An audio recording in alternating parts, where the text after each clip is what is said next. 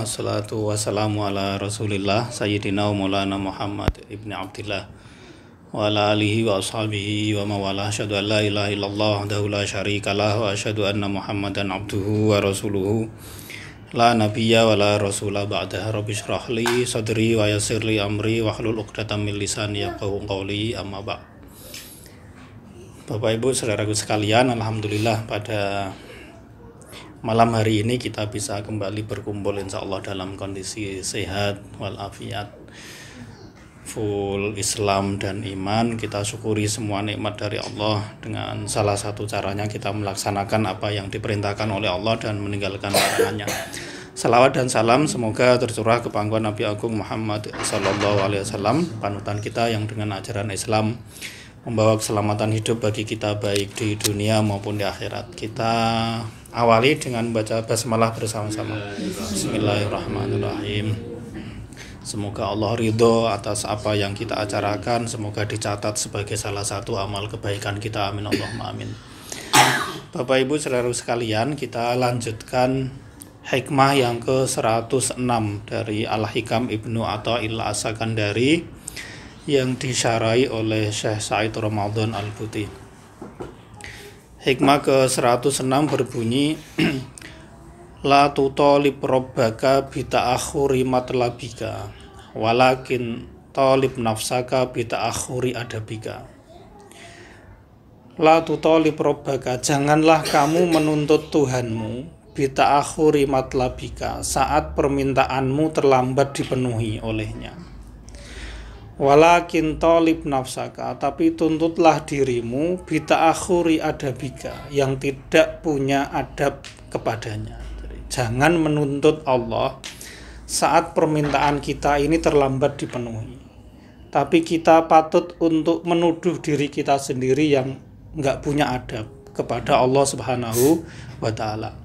Bapak Ibu saudaraku sekalian, bila kita berdoa meminta beberapa kebutuhan, lalu kita melihat bahwa kebutuhan yang kita minta itu kok tidak segera terpenuhi, maka janganlah karenanya kita berburuk sangka kepada Allah lalu menuntut atau mencelanya. Tapi yang harus kita lakukan adalah introspeksi, lalu menuduh diri kita yang tidak punya adab kepada Allah Subhanahu wa ta'ala. Nah, di antara adab seorang hamba kepada Allah itu tidak menuntut untuk cepat-cepat Allah mengabulkan hajat kita. Bahkan semestinya ya, sebagai seorang hamba, bentuk adab kepada Tuhan itu adalah doa yang kita panjatkan hanyalah sebagai bentuk pengakuan kita akan ubudiyah kita kepada Allah Subhanahu wa ta'ala. Bentuk pengakuan kita akan kefakiran kita kepada Allah. Terlepas dari apakah Allah mengabulkan permintaan kita atau tidak. Itu mestinya adab seorang hamba kepada tuannya. Dalam konteks ini ya, adab kita yang mengaku sebagai Abdullah kepada Allah Subhanahu wa ta'ala. Doa yang kita panjatkan itu adalah bentuk pengakuan kita bahwa kita ini memang ya hambanya yang fakir kepadanya, terlepas apakah nanti Allah akan mengabulkan atau tidak. Jadi ada perbedaan ya, kata Al-Buti, antara doa yang Allah perintahkan kepada hambanya untuk dipanjatkan dengan matolib atau permintaan yang disampaikan banyak orang kepada Allah Subhanahu wa ta'ala. Kalau doa itu adalah ibadah seorang hamba kepada tuannya, itu doa. Maka bunyi ayatnya adalah Allah mengatakan wa qala rabbukum ud'uni astajib lakum. Dan Tuhan kalian berkata, berdoalah, mintalah kepadaku, aku akan memenuhi doa dan permintaanmu itu. Ayat ini kemudian dilanjut dengan ayat yang berbunyi innalladzina yastakbiruna an ibadati. Sesungguhnya orang-orang yang istikbar, yang angkuh, tidak mau menyembahku, maka saya tkhuluna jahannam madakhirin, akan masuk ke dalam neraka jahanam secara terhina. Jadi dari dua konteks ayat ini, doa yang diperintahkan oleh Allah untuk diijabahi itu termasuk bagian dari ibadah itu tadi.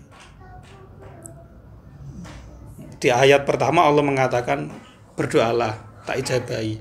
Orang-orang yang sombong, yang angkuh, tidak mau beribadah. Ibadah di sini maksudnya adalah doa itu tadi. Orang-orang yang angkuh tidak mau berdoa akan aku masukkan ke neraka jahanam. Oleh karena itu di dalam hadis riwayat Imam Bukhari di dalam kitabnya Adab Al-Mufrad ya, dan Al-Hakim di dalam kitab Al-Mustadrak mengatakan bahwa ad-du'a'u mukhul ibadah, bahwa doa itu merupakan inti dari ibadah kita kepada Allah Subhanahu wa taala. Jadi doa itu merupakan salah satu sarana seorang hamba untuk mendekatkan dirinya kepada Allah. Ini tujuan doa. Kita berdoa buat apa? Buat mendekatkan diri kita kepada Allah. Karena saya sebagai hambanya Allah, maka saya berdoa, memohon, meminta kepada Allah. Urusan dikabulkan atau tidak itu hal yang lain. Karena ini ibadah. Beda dengan tolab atau permintaan. Permintaan adalah kecenderungan hati kita untuk mendapatkan apa yang kita minta, yang karenanya menggerakkan kita untuk menemukan jalan supaya bisa meraih apa yang kita inginkan. Dengan cara apa? Kita meminta tolong kepada orang yang kita rasa mampu. Nah, tergeraknya seseorang untuk meminta tolong kepada orang yang dirasa mampu seperti ini, itu sifatnya temporal dan insidental. Kalau sudah terpenuhi apa yang dia inginkan, maka ya sudah, tidak lagi minta tolong karena sudah merasa apa yang dia butuhkan sudah terpenuhi. Maka untuk apa minta tolong lagi? Ini bedanya ya. Assalamualaikum warahmatullahi wabarakatuh. Mangga Om.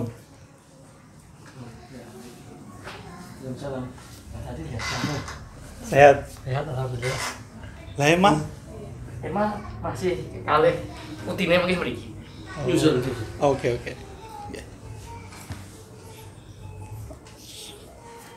Oke, saya ulangi sebentar. Jadi janganlah kita menuntut Allah saat permintaan kita terlambat dipenuhi oleh Allah. Tapi tuduhlah diri kita yang nggak punya adab kepada Allah Subhanahu wa ta'ala. Beda antara doa dengan permintaan atau tuntutan itu, kalau doa adalah ibadah. Lepas nanti Allah mengabulkan atau enggak, itu urusan yang lain, karena ini masalahnya masalah ibadah. Untuk menunjukkan bahwa kita hambanya Allah, maka saya berdoa. Mau dipenuhi atau tidak, itu terserah Allah. Itu bukan wilayah kita, tapi wilayah kita adalah meminta, menunjukkan kefakiran kita kepada Allah. Karena kalau doa itu kita maknai sebagai tolab atau permintaan itu biasanya sifatnya temporal dan insidental. Ketika apa yang kita minta itu sudah selesai, kalau motivasi kita berdoa kepada Allah adalah meminta, saat apa yang kita minta itu sudah dituruti oleh Allah, rasanya kita nggak butuh lagi meminta. Kenapa saya harus meminta wong sudah selesai? Nah, itu bedanya kita berdoa sebagai ibadah dengan kita meminta Allah karena punya kepentingan pribadi. Saya butuh ini nih, lalu kita bikin proposal kepada Allah. Ketika kebutuhan kita sudah selesai, ya nggak ada kepentingan lagi. Kita merasa nggak ada kepentingan untuk meminta. Karena sekali lagi motivasi kita bukan ingin menunjukkan bahwa saya ini hamba-Mu Allah, maka dalam kondisi apapun saya selalu memohon-mohon kepadamu. Motivasi yang berbeda nanti akan menyebabkan penyikapan yang berbeda. Jadi Bapak Ibu Saudaraku sekalian, adab terpenting dari doa adalah ketika kita sedang berdoa, gitu ya, kita harus sadar posisi kita ini sebagai apa. Kita sadar bahwa posisi kita saat berdoa, kita ini hambanya Allah Subhanahu wa Ta'ala, yang tidak punya kuasa apa-apa. Karena semua yang ada pada diri kita, hidup dan mati kita, nasib kita sebagai seorang hamba, itu tergantung pada Tuannya. Kita nggak punya diri kita ini, kita nggak punya. Yang punya itu Tuhan kita, karena kita budak. Budak itu nggak punya apapun, bahkan dirinya juga dia nggak memilikinya. Semua berada di tangan Tuannya. Ini yang dimaksud bahwa doa itu ibadah. Maka orang yang berdoa dengan dilandasi kesadaran seperti ini, ketika dia berdoa, sebenarnya dia itu sedang ingin menunjukkan posisi dirinya sebagai seorang hamba. Maka tidak ada kaitannya secara langsung dengan dikabulkan atau tidak dikabulkan doa itu. Sebab ketika berdoa dia ingin menunjukkan bahwa Allah, saya sadar posisi saya sebagai hamba. Saya nggak bisa apa-apa karena semuanya berada di dalam kekuasaan. Saya ingin menunjukkan itu loh Allah, bahwa saya nggak bisa apa-apa, maka saya menengadahkan tangan untuk, saya bukan berharap apa-apa, tapi ingin memperlihatkan posisi kita ini loh. Saya sadar posisi Allah. Sehebat apapun saya, secukup apapun saya secara ekonomi misalnya, kita tetap menyadari bahwa kita nggak punya apa-apa pada hakikatnya. Maka kita selalu mohon kepada Allah. Nah Bapak Ibu Saudaraku sekalian ya, apabila adab seperti ini, kesadaran seperti ini, itu tidak ada pada seseorang ketika dia berdoa, maka sebenarnya itu bukan doa. Itu bukan doa, melainkan tuntutan atau permintaan kepada Allah. Padahal yang dijanjikan Allah untuk dikabulkan itu doa, bukan permintaan kita. Nah, dari sini akan tampak ya, betapa seseorang itu arogan begitu.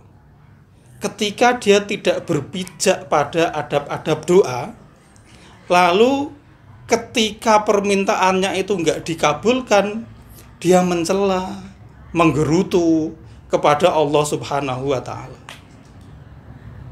Itu betapa kawula kok elek ngono.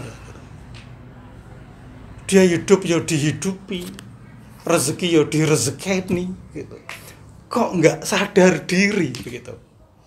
Ketika minta sak-nyet kudu dituruti, kalau nggak dituruti ngamuk-ngamuk, gremeng-gremeng dan seterusnya. Kok elek men kawula sing modele kayak gitu. Nah, ini mari kita resapi bersama ya. Bisa jadi saya, mungkin saudaraku sekalian, ya masih ada di posisi seperti ini.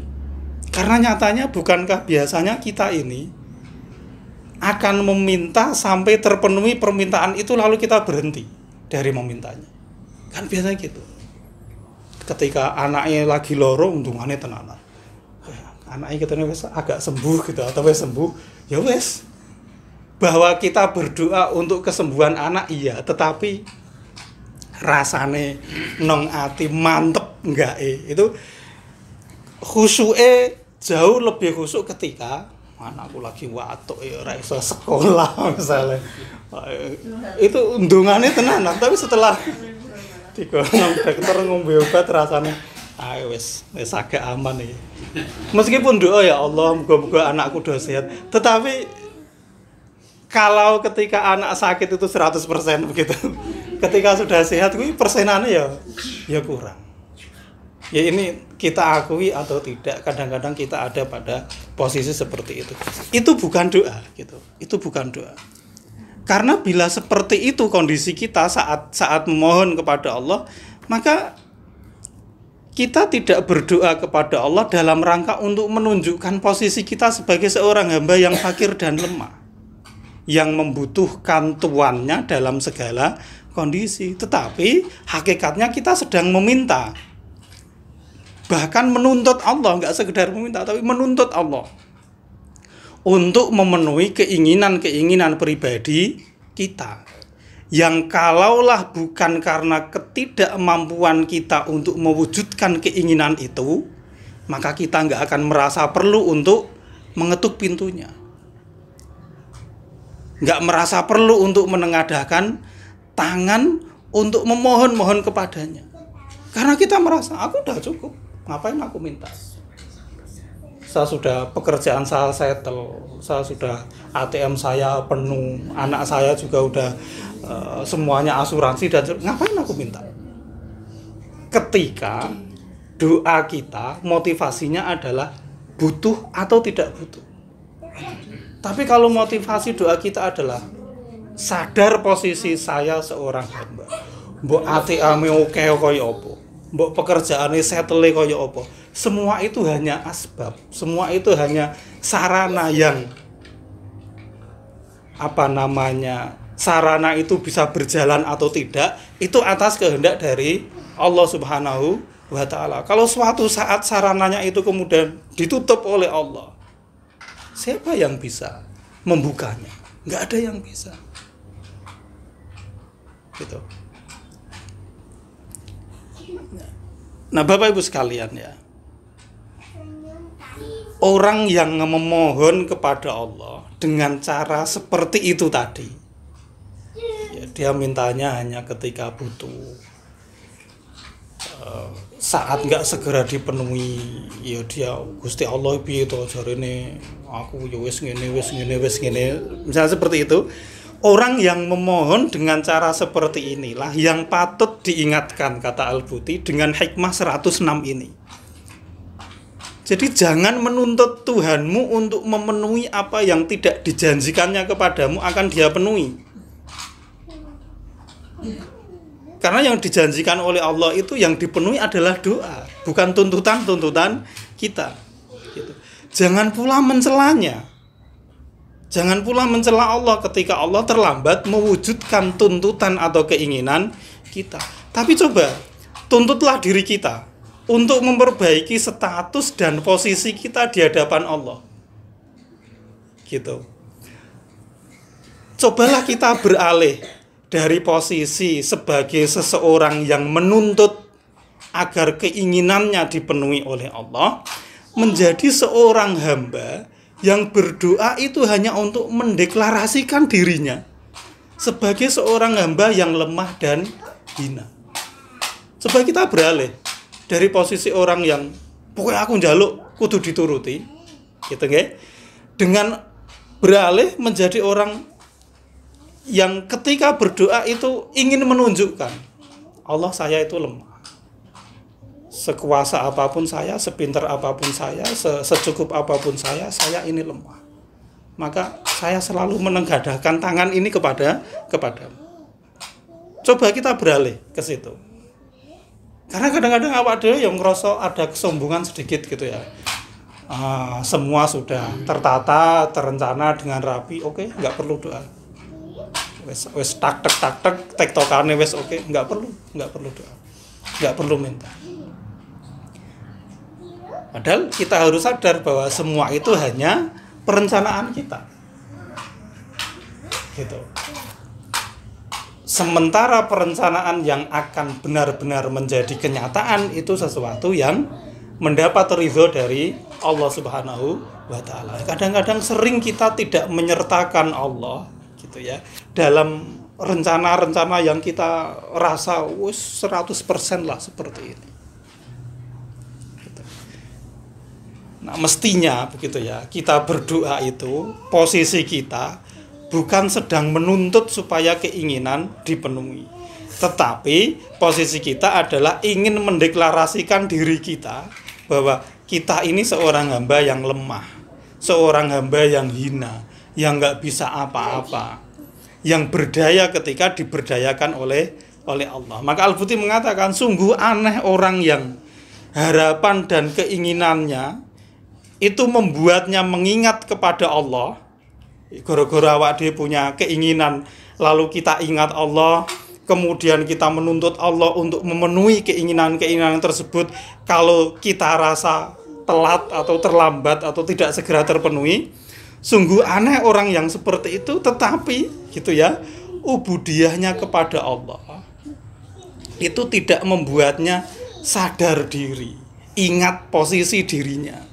Tidak pula menjadikan ubudiyahnya itu menuntutnya untuk sadar bahwa dia sebagai seorang hamba. Sehingga dengan kesadaran itu maka dia bisa beralih dari orang yang menuntut Allah menjadi hamba yang memelas di depan pintu rahmat Allah. Insya Allah kita bisa merasakan perbedaannya ya. Kadang-kadang awak dhewe nek njaluk karo Gusti Allah maksa. Njaluk iki ya kudu iki. Ketika dikasih yang lain moh, aku pengenku iki. Ya, seringnya kan kita seperti itu, orang yang aneh kata Al-Buti. Memaksa Allah untuk memenuhi keinginannya tapi dia nggak sadar kowe iki sapa. Kok maksa-maksa. Itu aneh banget.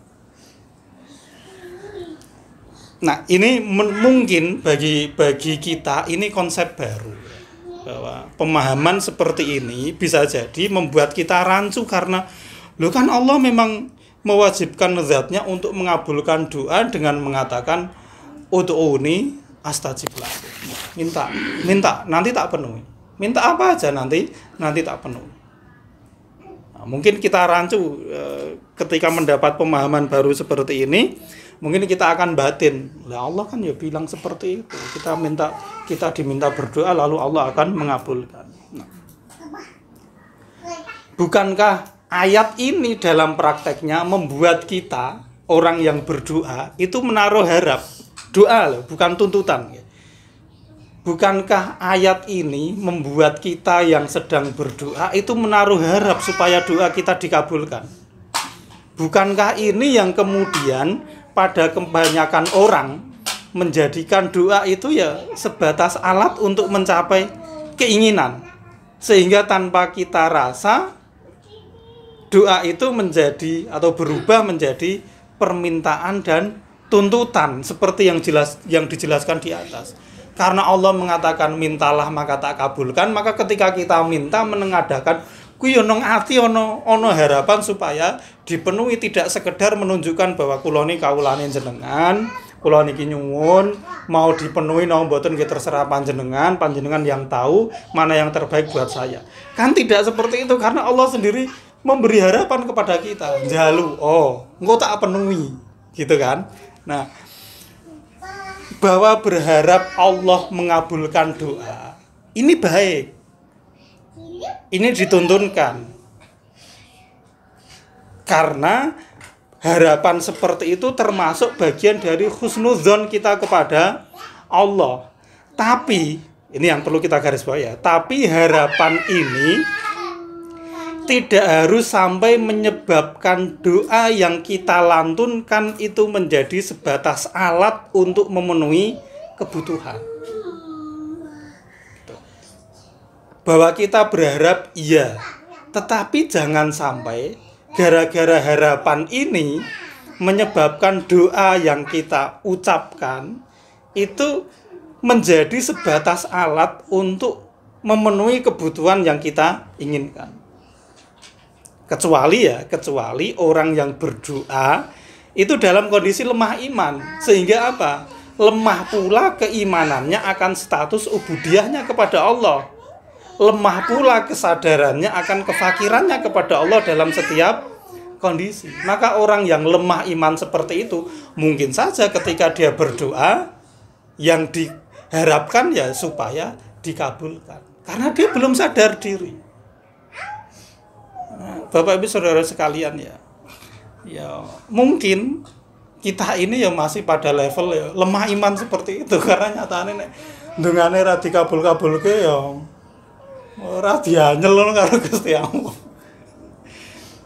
Bisa jadi gara-gara lemahnya iman kita, maka lemah pula kesadaran kita akan ubudiyah kita kepada Allah, akan kefakiran kita kepada Allah Subhanahu wa taala. Tetapi kata Al-Buti, level kita yang sudah ngaji seperti ini itu bukan lagi level orang yang nggak sadar diri sebagai hamba Allah. Dari awal kita sudah dicekoki bahwa kita ini kaulane Allah, kita ini Abdullah, budake Gusti Allah. Kita harus sadar itu. Level kita tidak seperti itu mestinya, begitu. Karena orang yang benar-benar beriman tahu bahwa kefakirannya kepada Allah itu mutlak dalam semua kondisi, bersifat zati atau gawan bayi, begitu. Dari awal ya Pak dia itu butuh Allah. Sedang sempit ya butuh Allah, sedang longgar ya butuh Allah. Selamanya kita membutuhkan Allah, bukan temporal seperti itu, bukan insidental juga. Nah, orang yang menyadari status diri seperti ini, maka dia akan mencurahkan semua rasa fakir dan hinanya itu ke hadirat Allah dan merasa tenang saat bersimpuh di depan pintu rahmatnya Allah. Ya laporan aja, ya Allah, kalau hari ini begini, kalau nyuwun begini dan seterusnya. Dalam rangka apa? Untuk menunjukkan bahwa kita ini nggak bisa ngapa-ngapain. Harusnya seperti itu ya hubungan orang yang merasa fakir secara mutlak dengan zat yang maha kaya. Jadi doa yang keluar dari mulut seorang hamba yang benar-benar dia merasa sebagai hamba Allah yang fakir secara mutlak kepada Allah, itu adalah nyanyian, nasyid untuk mengekspresikan kefakiran dan kehinaannya di hadapan kebaikan dan kedermawanan Allah Subhanahu wa taala.